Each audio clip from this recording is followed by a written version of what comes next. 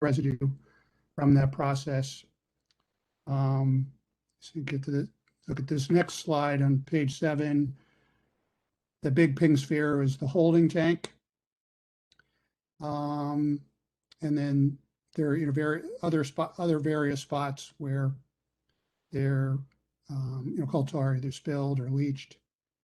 And coal tar, it's really, it's considered a non-aqueous phase liquid, so essentially just kind of sits in the water, but they are mainly dealing in this particular site with soil. And they're looking on page 10,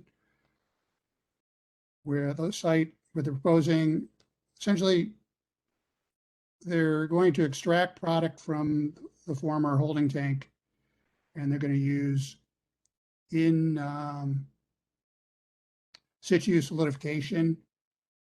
And on page 11, in the gray area surrounding the former holding tank, it's a process where they inject kind of a slurry, usually like concrete and other substances, to essentially kind of keep the contaminants, seal the contaminants in place.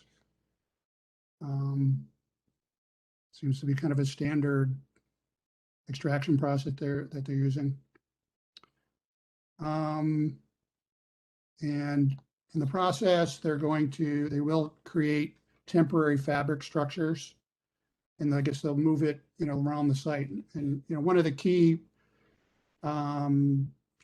conditions is that the business is going to continue to operate while the remediation is taking place. So I guess somehow they'll shift employees around to other sites and so forth, but that's, it's a little concerning that that's going to operate.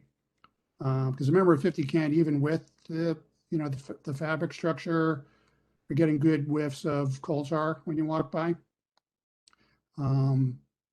If you just have, a little whiff here and there, it's okay. But if you're continual exposure, essentially it'd be like kind of breathing gasoline, which is not good. So, so that's, something to note.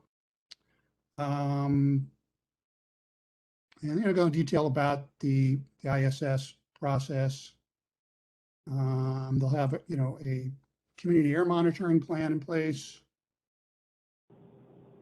You'll have the, the odor control with temporary structures.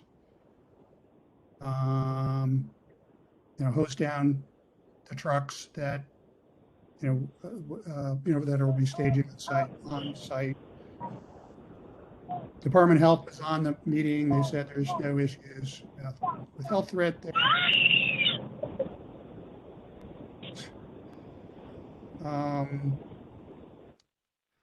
And so, Willis was on the meeting with as well. And one of the, going to Google Maps here, you can see where my cursor is, where the site is across from, I guess this is a former, I don't know if Willis, I've neglected to ask them what the site is across the street. That was there were former. Yeah, that was where the holder tanks were. That's what I thought. Okay. Yeah. Those were the double gas holders that they had there. Yeah. Right. So the worry is, and as you notice, National Grid is the responsible party, so they'll be paying for the remediation, which means probably see a rate hike somewhere out in the future again. The National Grid, they sent notices to addresses, customers in the vicinity, and DC has sent some notices out essentially digitally.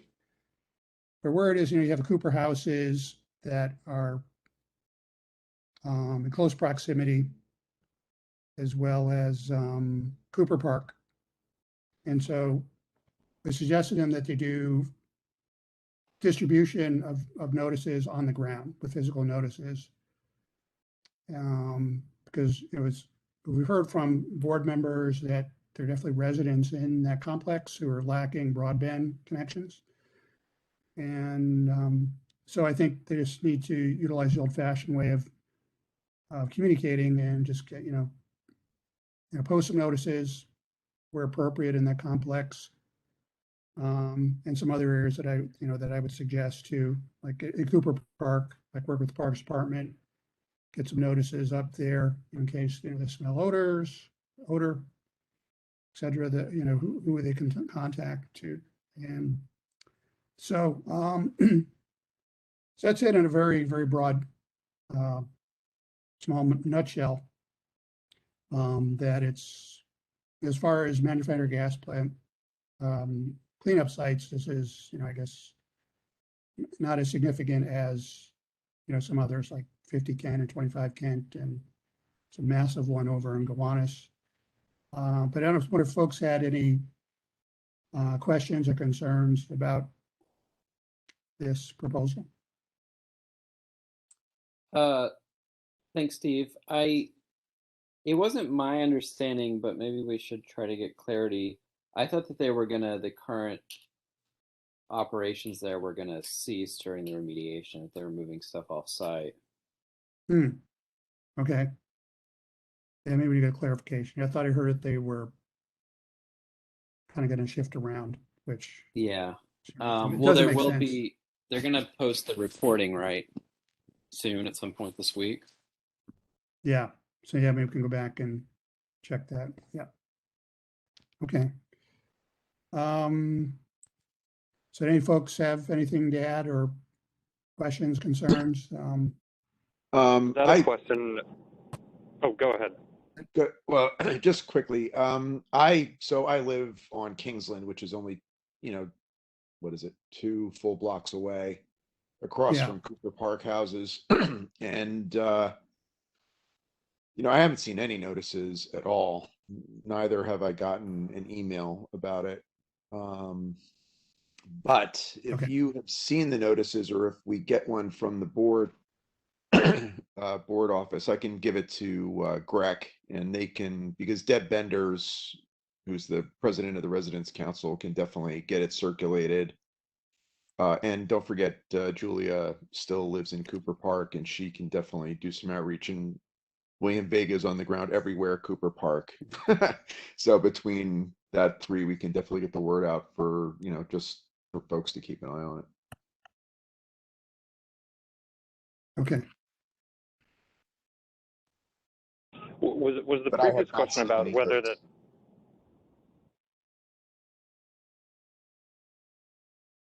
Yeah, go ahead, Dan. Just curious, was the previous question about whether the tenant is moving during the cleanup? Yes. And the answer to that is unclear still? Yeah, I thought I heard one account of that, and Willis thought he heard that they were fully vacating the site during the remediation. So we'll get clarity on that. God, I was curious, if they were agreeable to that.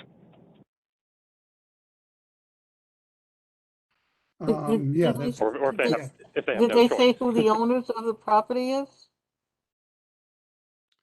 They did. I think it's Cooper Tank. That's what I was thinking, yeah. Yeah. They had a couple of businesses that they rent to, and they do their operations there as well. Right. Well, we'll go back and look at the recording. We could also, reach out to Cooper Tank, or even like Natalie or Karen from Evergreen probably knows.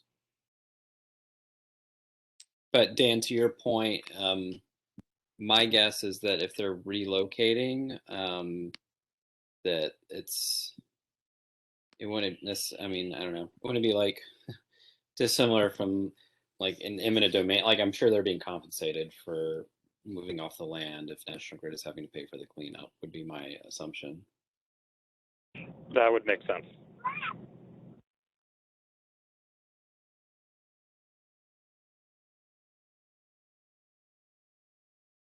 And we want to, spread the word to residents to just make sure they're notified of construction disruption and so on. Yeah, and then we talked about there was other stuff too, like there will be a they're going to have air quality monitoring. They're going to have, systems in place to prevent contamination from leaving the site, washing trucks, treating the washed, water liquids on site. But I do think the sort of so that people know what is happening and have a clear point of contact, sort of to Eric's point, would be very valuable. I mean, the one that happened at 50 Kent was larger and in a much more, sort of busy area in terms of, I don't know, residential uses, commercial uses. So assuming this is following a similar pattern, hopefully it won't be, I don't know, dissimilar than that. Yeah, because remember 25 Kent, which was part of that facility, they didn't do any ventilation or anything. They just sent their Right, they had the tent. Yeah, and people were smelling it out in McCarran over by the track. And it's a heavy traveled area. I don't know what's going on, but it's gotten even heavier. That whole from Vandervoort and Maspeth. Mm-hmm. And there's trucks constantly over there. And then you have problems with people leaving derelict vehicles all along that street. I mean, we've had to have the police come down and sanitation come down. And since there's 2 precincts that cover the area, we had to pull them in there to tag all those vehicles, remove them. I went past it today, and they're back. I mean, not the Still 2 there. months, but you have abandoned buses, abandoned trucks. It congests the area, with the regular traffic. Did they say what the time frame was for this? When they say to start I think next year. next year? Yeah. But don't forget Yeah. DOT is moving in that area too. They're supposed to relocate the facility next to that one. Relocate like in the middle of the block. They're supposed to have their signage poles, something with the signage where they install lighting and poles. They're supposed to be moving in there. That was one of the ULIP items we had last year. Oh, On they're Varick? moving On on to Maspeth Avenue. Yeah, Maspeth. Huh. Maspa? And we kind of got on them asking if they were going to add traffic to the flow because it's congested now. Right. Okay. All right. All right, so I'll stop sharing. So, well, maybe just take one last look at the this map. So Eric, I think those are good suggestions for outreach, with Julia, and if you could touch base with Greg. I suggested National Grid and DEC contact Leah Archibald at Evergreen to more thoroughly reach out to businesses. But yeah, I think I want The to. part of the map that you don't see going north. I know it looks like it's far away from the site, but all right. So here's the ball fields. There's businesses and residents over here. They always complain. They always have something to say about the street being dirty, cars not obeying moving for the street cleaning. And they're concerned about the traffic. So there's a whole bunch of residences in there. Yeah. Steve, before we get the notices from DEC or whatever, this PDF that got sent around today, I'll forward that to the folks I mentioned earlier, just to get them a head start, and then we'll see what we get from DEC. Okay. Okay. What types of odor control are they talking about? Well, you're gonna have the temporary fabric structures, and then they'll be filtering the air that that is emitted, that flows out of the tent, essentially. And then they have their monitor. And say the odors do come out of the tent, because that happens too. Mhm. Do they have a plan B? Well, I think when that happens, I think they really need to be notified right away. It's a question is just, is something gone awry and they just need to make an adjustment to the tent or to their filtering mechanism.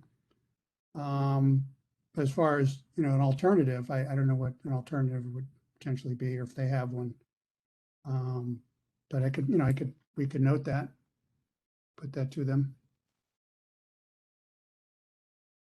Yeah, I think that would be good, because we've, with the water pollution control plant, we always had a lot of freaky things happen that, we weren't expecting. The plan seemed good at first, but there was always a need for plan B. Okay.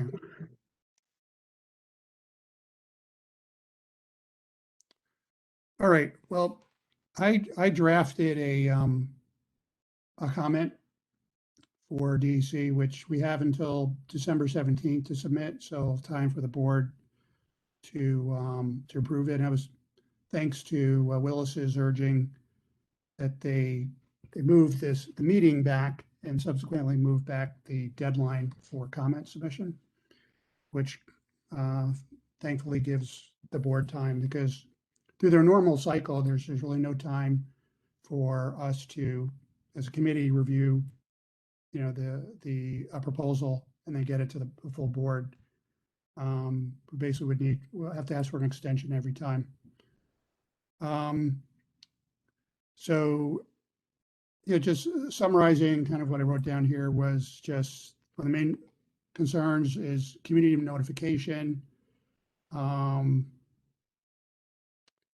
And I think, Eric, even with with some of your suggestions with notifying these kind of point people and point organizations, that we urge National Grid and DEC to go further,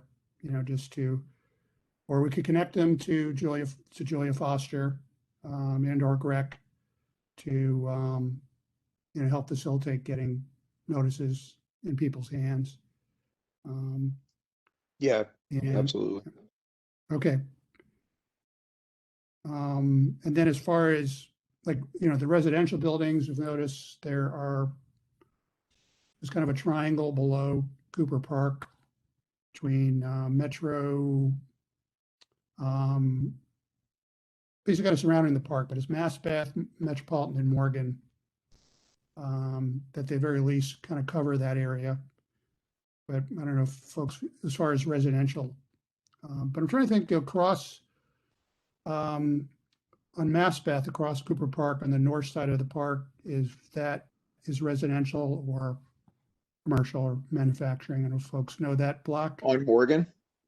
Yeah, more on Maspeth between Debevoise and Morgan. Maspeth. Like between 1 and 2 Debevoise. family Yes. homes? There are there's that section of row houses, but then They're right across from the northeast section of the park. yeah. So yes, there's that section. Yeah, there's row houses in that block that face the park, but then on the east side of Morgan, that's all IBZ over there. Right. Okay. All right, so I'll Those include folks that. are that members they- of GREC, Steve. Pardon? Or Sorry. there's a good number of those folks in those houses that are members of GREC. So Okay. they would, we can inform them through, and I'm on GREC too, so I have access to all that Okay. email. So and then on the other side, Paul Kelterborn is Friends of Cooper Park, and William Vega is part of that. So they'll definitely get the message. Okay. But it would be nice to have more from.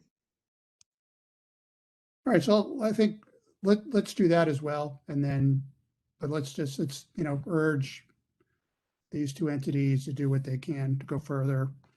I suggest they reach out to Parks and Recreation to maybe get some notices up in the park, but maybe they could work with Friends of Cooper Park. Yeah, and they both work with Evergreen Exchange to really get to the businesses. Gave him Leah's contact info. But yeah, let's we'll include the question about we have if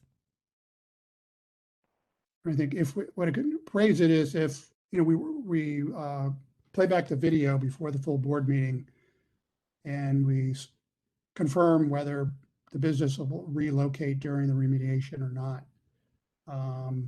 Add wording either way. If they're moving, if they're temporarily, relocating, then we don't need wordage for that. But if they are shifting around, maybe just express concern over that, the safety of workers who work, who spend time there. So, and then have wordage about, just detail what are the remedies if the vapor control mechanism fails, what is their plan for that, or do they have backup remedies? So does it sound essentially okay? Do folks have anything else you want to add in there? Sounds great. Okay. Sounds good. Okay. It's, all right, can we get a motion to approve the comment that I just detailed? Make a motion to. Will makes a motion. Have a second? Second. Okay. Second, Eric Brzezinski. Okay, Eric Brisadis, seconds. All in favor? Aye. Aye. I Oh, hey, Kevin, are you catching? Did you catch a lot of this? Sorry, I was on mute. Yeah. Okay, good. That's great to hear. And Dan, did you hear? Are you with us? Yep, gave mine. I again, can you hear me? Okay. Yeah, those. Yep. Okay, yeah, sure. So no, any against? Abstentions? Motion carries. Okay, cool. And so just there's a couple other brownfield notices that came through, and one of them is for One Wythe. That's the triangle, kind of the IB in the incentivized zone. That the board just passed a text amendment for them. They're going to build an 8-story commercial building, and it's they're. I was looking at the report. It's kind of hot. A lot of heavy metals and volatile and semi-volatile organic compounds. So I think it's one we just need to maybe watch out for when they come back with the action plan. I mean, we can maybe get DEC in here to talk about that one. And the other one is something it was 470 Kent, which is the former lumber yard, where they're going to build like a 20 or 30 story residential tower. That one was already approved, but now they're adding additional property that they're going to remediate. But I don't know. I just wasn't time to fully assess those and bring them into the committee, but that's another one just we can watch out for. And then for next year, I don't know, I'm thinking that, obviously climate change it's more than front and center. I mean, it's pretty scary what's going on. And I thought maybe through this committee, we could have a hearing related to how our district can adapt and to climate change, and just bring up the issues, and just with with water management, infrastructure, stormwater and sewage, and dealing with the shoreline, et cetera, and energy, just alternative energy sources. Steve, Yeah, I'm sure Willis is familiar with the Waterfront Alliance, and you are probably too. They put out a report back in March, and I just happened to catch it I guess it was last month on Inside City Hall, where the executive director came on to talk about the resiliency program that they're proposing for Adams to adopt when he gets in. Willis, have you seen that? Or Steve, have you seen that? Or even Laura, you probably know Waterfront Alliance too. I don't know if Newtown Creek has a relationship with them, or but it might be something where we could have them in to talk about their resiliency program, and a lot of their ideas make sense. I just read the summary, but a lot of it makes sense for us on the north side. Yeah, I kind of have a relationship with them, less since their liaison left. I'm blood blanking out.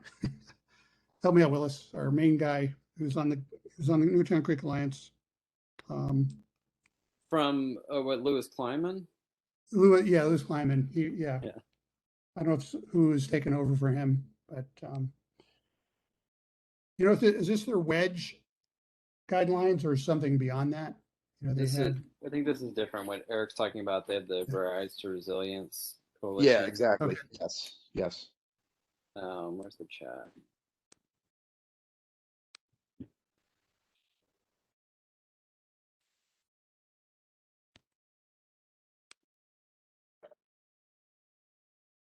Oh, I was muted. I think it's a good idea, Eric.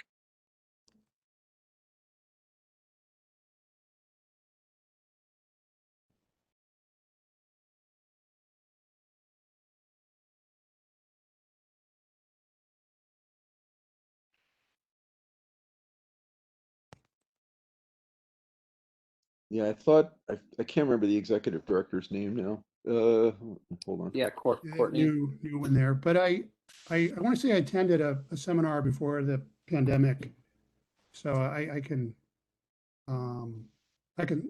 reach out, talk to them, and see if that's viable for them maybe to come in, and and the incoming council member for District 33 was one of his top platform planks was climate and how so yeah, so I don't know, maybe in the spring we can Sure. organize something. If folks have ideas, we can start a working document on what that might look like. Yeah, besides these cleanup programs, if anything comes to mind for folks that is of interest, of importance that you want to address. I know also Newhart is back front and center, and the Meeker Avenue Plume. And I just trying to think, just how the community board can be, a part of the conversation and an empowerment mechanism, while these other organizations like NCA and like NBN are kind of, leading the way on that. So, but I just feel like the community board should really, I feel like, chime in on these sites. If I understand, the Meeker Avenue Plume is in the process of being designated a Superfund site, if I remember correctly, right? Yeah, well, there is a comment period now. I think unfortunately the comments are due, I think the 7th or the 8th of December. Yeah. So we want to be able to get a board letter in by then. But Yeah. they're currently accepting comments, so Okay. But there's going to be an extensive process beyond that, right? yeah, if it Yeah. goes through, yeah, it'll be a whole nother Superfund process. And I mean, one that will be, is going to be really, use the word interesting. I mean, it'll be very different than, you know, the Superfund sites that we're used to, like Newtown Creek or Gowanus Canal, because there's substantial residential populations that are living on top of the designated area. So kind of remains to be seen how things are going to change once the EPA gets involved with that process. But certainly, I mean, there's been concern for many years about what this means for folks that are living there, especially anyone who's living in a basement apartment. So, I would anticipate that, there would be a CAG formed for the Meeker Avenue plumes, and, having strong representation from CB1 would be valuable. Obviously, residents that are there as well. Yeah. But I think it would make sense if for future hearings for the community board to be kind of the manager or the host of that with some of the lead organizations like NCA and NBN, just because I guess what I'm saying is I feel like with this MassBeth site, it was sort of an experiment to see, because I asked DEC if they would come and present to our committee. It says it can, we're having this public hearing that we moved back, and I cleared it with the board, for committee members and board members to attend the DEC meeting. But Willis was the only one who was able to attend, and I feel like it's a little much to ask committee members to attend, two meetings for each for Yeah. a given night. I mean, it's probably a little early to say, but I think we would probably get, you could ask the EPA to come and present to the committee as well. But my feeling is that they would want to have things go through a more centrally, a community Right. advisory group that has, sort of more representative, and also doesn't have, it's its own independent body, so it's not sort of beholden Right. to the community board situation. But Right. I mean, I'm trying, like Gowanus, there's like mostly one community board that sort of serves that whole area, so they do have their own CAG, which is pretty large and extensive. So there are definitely people from the community board that are there. Right. But it's also, it is something that we should think about, like who, were the other voices to be involved. And it's interesting because the Meeker Avenue plumes, you have like the industrial areas and the sections near McGoldrick Park that are residential, and then you also have, it basically cuts right at the corner of Cooper Park houses as well. Yeah. Folks over by Beetle Street, all that. So Yeah. Yeah. Well, how did you guys feel work just to have a couple of us attend the DEC meeting and then bring the presentation here and kind of summarize? I mean, this was sort of a less significant cleanup site than, obviously Clean Pales in comparison with the two existing Superfund site in Newhart and the probable one with the plume, which is, going to be so significant. I don't know, Marie, I mean, if you had situations in the past where, like with the oil spill, the ExxonMobil oil spill, like how is the board involved with that? Or is it, Well, it was such a long, ongoing process yeah, that it was involving the state. So I think that Joe Lentil had done a lot of work to pull right, meetings together with the community. right. And But the board was part of that. board contribute? Yeah. How did the community board contribute to that? Like, was Environmental Protection Committee at the time, and did they? Yes, I think that I'm just trying to think. I There think were people that were very active working on that. But you had a group of people from Greenpoint, some people from Williamsburg. Right, There was a lot of people that got together. It was really a pretty big group. And like I said, the state did help to organize those meetings where they went out in the community, they had meetings, the people came up and spoke. And there was also that ongoing issues of nobody knew where the stuff was coming from. It was just right, popping right, up in the sewers, it was popping up everywhere. and Right. people were being affected.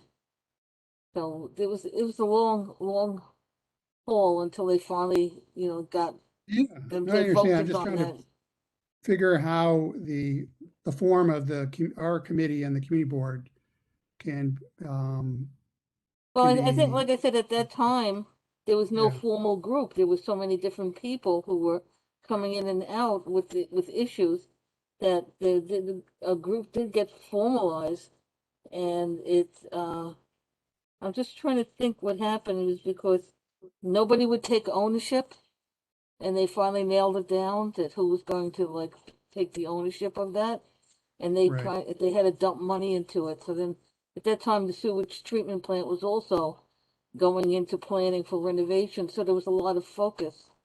People had a right, lot of focus in the area, and right. yeah, like I said, it was a lot of the stuff with they didn't know where the chemicals were coming from, and then they had to put those pumps in to pump out the stuff. So they had these pumps at different locations.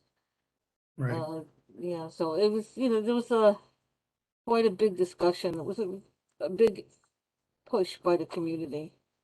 Yeah. All right. So I guess it's just something we just maybe continue to think about how the role that our committee and the board can play in these big environmental, um, As far you as I know, we still have the same stuff.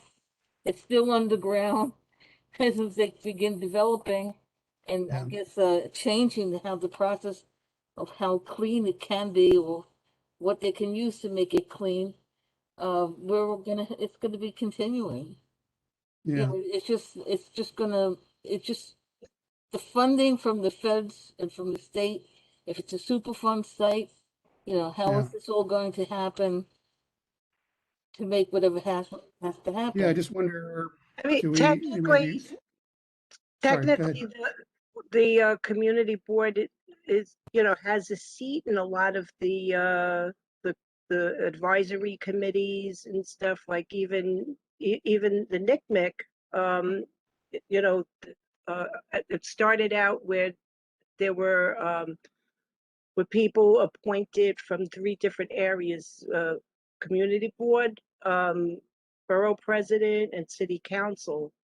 And the community board is supposed to have a seat at the table at the NICMIC and also at the Newtown Creek CAG.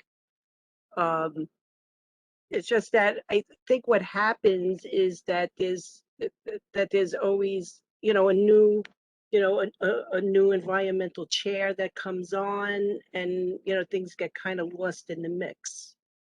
Yeah. Yeah, I was gonna.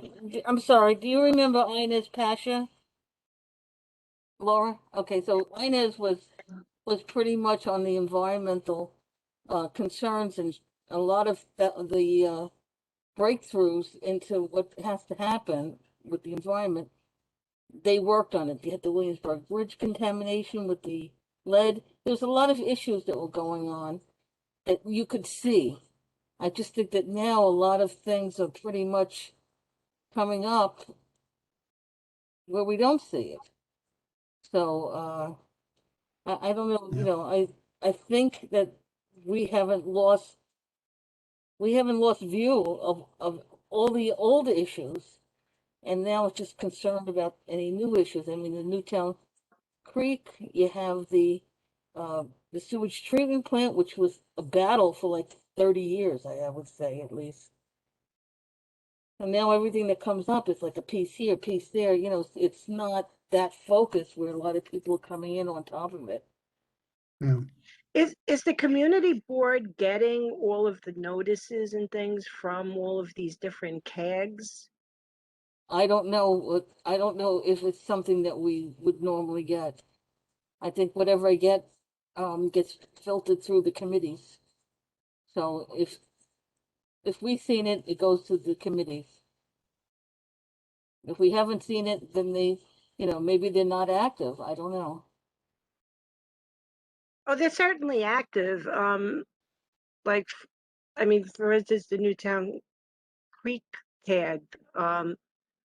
I like, I would be really surprised to hear that the liaison isn't communicating better with the community board. I was just like under the impression that, you know, that it was an availability problem. I Yeah, don't I know, mean, everything, because of COVID, I think a lot of stuff kind of, That too. yeah, they kind of like went in hiatus for a while. I think But Laura, anything that comes through the office gets filtered down. If you haven't seen it, then I haven't seen it. I think because so much of it was through, Ryan basically was co-chair of the CAG. I mean, she technically still is, in part because of her role on CD1. So I think often the communication is probably getting lost because, like you said, it was like going through the individuals and less through the community board. But it's something that, like, we should be looking at to make sure that all the notices are coming. In response to like the benefits, Steve, back to your sort of point about an efficient way for the community board and the community to be involved. Like there are, there are advantages of having a CAG. One, that you can get resources, you can get technical advisors, you can get a facilitator if it seems appropriate. And having a technical advisor, may in some instances be very valuable for the community to weigh in on this in a way that if we didn't, there weren't a CAG, say for Meeker Avenue Plumes, if there weren't a CAG and everything were going through the community board, then we would have less resources. Right. It'd be a lot more work Yeah. for you Yeah.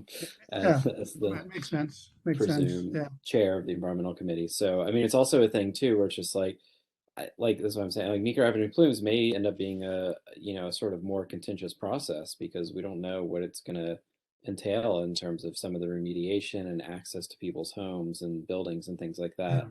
So having a more sort of having a process or a, I don't know, having a CAG in place may help Yeah. ease some of that. Right. Well, you think be helpful to just, I don't know, like on a quarterly basis, say, get an update from the Newtown Creek CAG, just to, you kind of are doing that, but just to, we're just kind of doing it on an as-need basis, but maybe just semi-regular updates. And if there's something really pressing or significant, note that. And I attend the meetings on a semi-regular basis just to stay informed.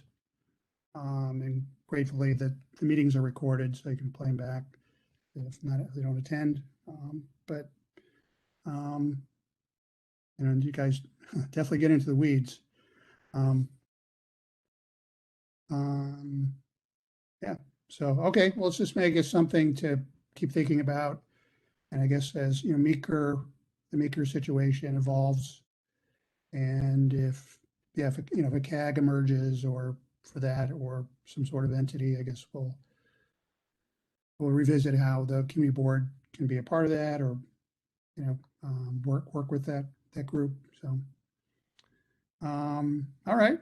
Does anybody else anything else in anyone's mind? All right. If not, Just, oh, sorry. Good. yeah, I was made aware that they had the union rats in front of the DEP sewage treatment facility. So apparently they have substandard workers, removing the asbestos. So they're not union workers, the substandard group. But anyway, my husband pointed out that that they did away with the asbestos many years ago, 1999. And I'd be curious where the asbestos is being pulled from, especially since depending on where it got pulled from, the NCMEC should have known about it. Yeah. So it just strikes me like there may be something more going on there. Yeah, I agree, Laura, and I texted a little bit with Emily's office about it, but haven't followed up. I also don't know, the rat was there on whenever that was, Thursday, so I don't know if it's still Mhm. there. But yeah, it is really concerned. Like, why is there asbestos? Like, the whole plant was supposed to be right It's a renovated, new and facility, Rated, right? yeah. Is there, I mean, is I there know that any there, of the old facility still was integrated in the new building, or? yeah, there's some parts, but in my understanding of the work that they were doing was related to flooding resiliency. So I don't know, maybe there is some old section that they never thought they were gonna deal with until they realized they needed to renovate it for flooding. And maybe that's where the asbestos is. But I mean, it all just points to like why DEP needs to continue having NCMEC on a regular basis to have a clear way to deal with this. So But we is should that, also is that follow up group with sort of Benjamin.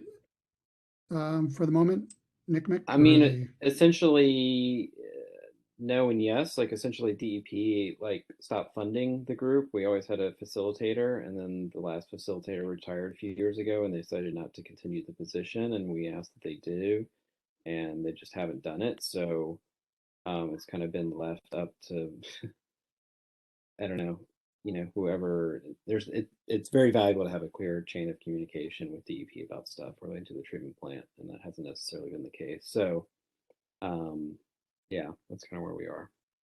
And Steve, just in case you not, like I said before, the community board is, well, the council person is in fact the chair of the committee. And also the community board automatically has a seat at that committee. That's always been the case.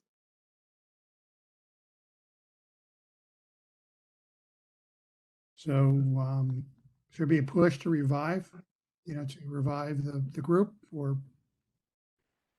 Yeah, absolutely. The last meeting we had, we talked about that again, and then the need to meet with, because for so many years it was Levin and Lental who were the main, entities running the meetings, or not running the meetings, but helping to organize and put pressure on DEP. And so having, a sort of sit down with Emily and Lincoln's office to, so that it's not, so that they're fully aware and they can help push for that continuation of the committee, and it's not just like, you know, the transitions are not a valuable thing for DEP, that we sort of are less empowered.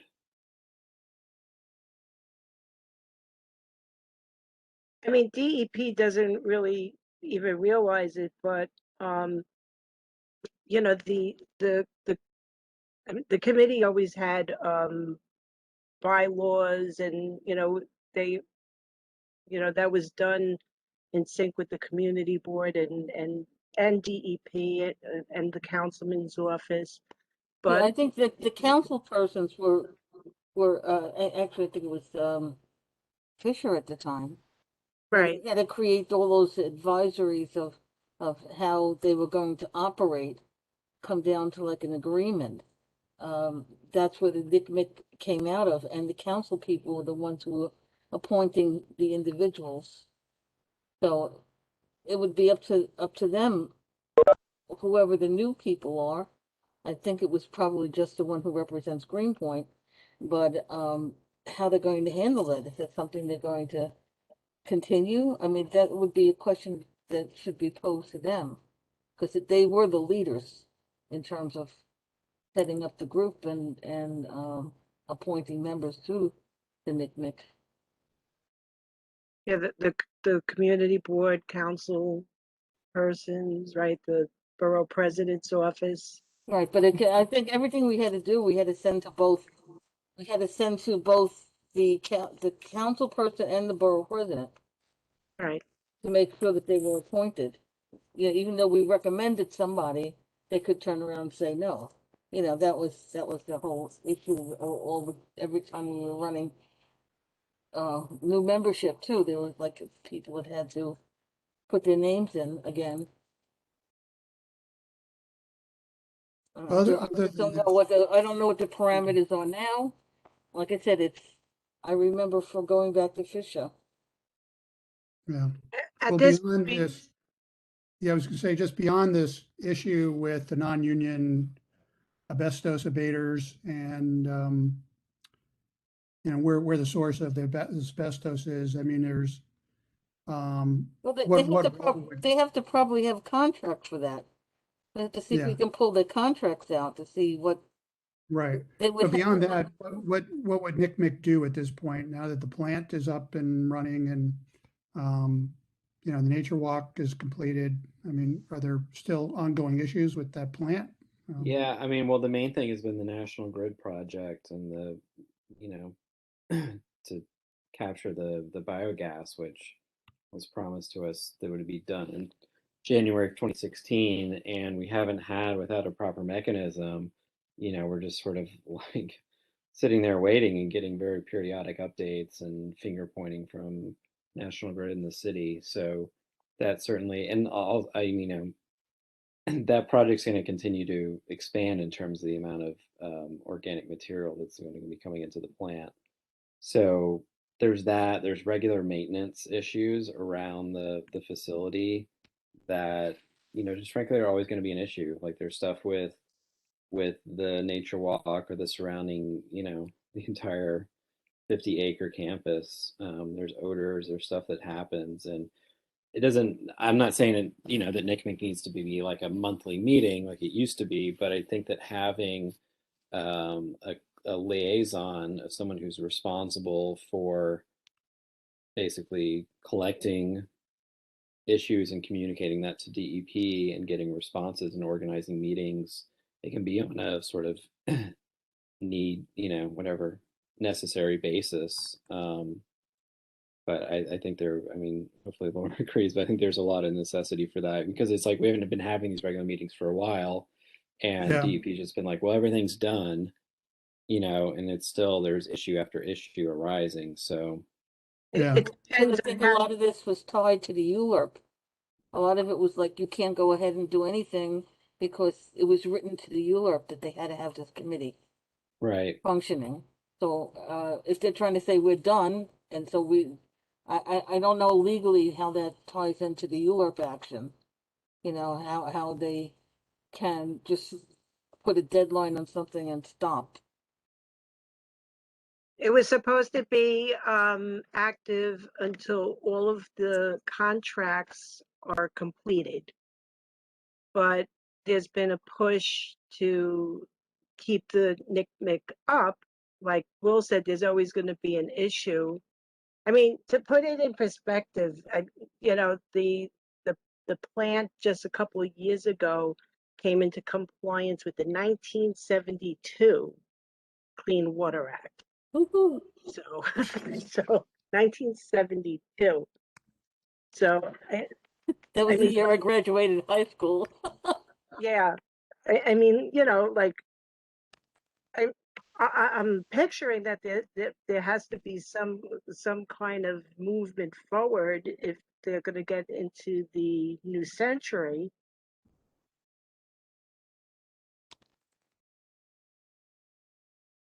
So that's my take on it. I mean, I personally think that there's a need for community involvement with that facility because there's always an issue. There's always some, you know, something breaking down or some type of nuisance. The odors are still around.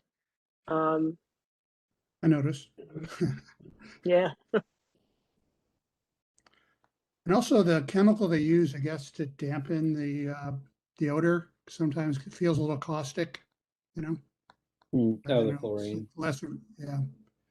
Well, do we want the board to put pressure on DEP to, you know, to revive the group, or is it something your I member think it would be organization? awesome. Yeah, Yeah. I think it would be helpful because we haven't had a lot of success so far. So, that would be great. Okay, I mean, what would So- you want them to do? Do a presentation to bring everything up to date? To provide an update on everything that's so far? No, I think that with having a letter from the board as a starting point, Community Board One's concerned with ongoing issues at the wastewater treatment plant and the fact that the Newtown Creek Monitoring Committee is not a funded functioning entity and needs to be, reinstated with a designated liaison and funding for that liaison. To me, that's like the simple way of dealing with it.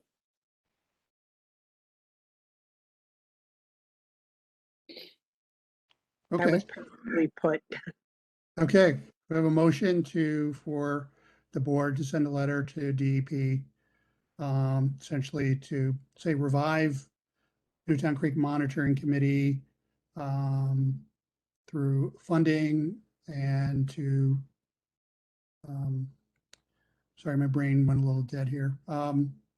Essentially to revive the committee, to fund the committee and to reestablish this liaison between Yeah. DEP and the community related to their facility.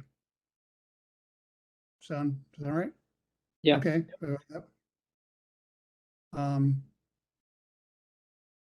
So I want to make that motion. Yeah, I'll make the motion. Okay. Do you remember the whole thing? Me? Steve, do you have it written Well, down? so, I yeah, I mean, have to- it. The motion is to urge DEP to revive and fund the Newtown Creek Monitoring Committee. Is that, Yeah. okay. We have a second? I'll second. Laura? I'll second. All those in favor, say aye. Aye. Aye. Aye. All those against? Abstentions? Motion carries unanimously.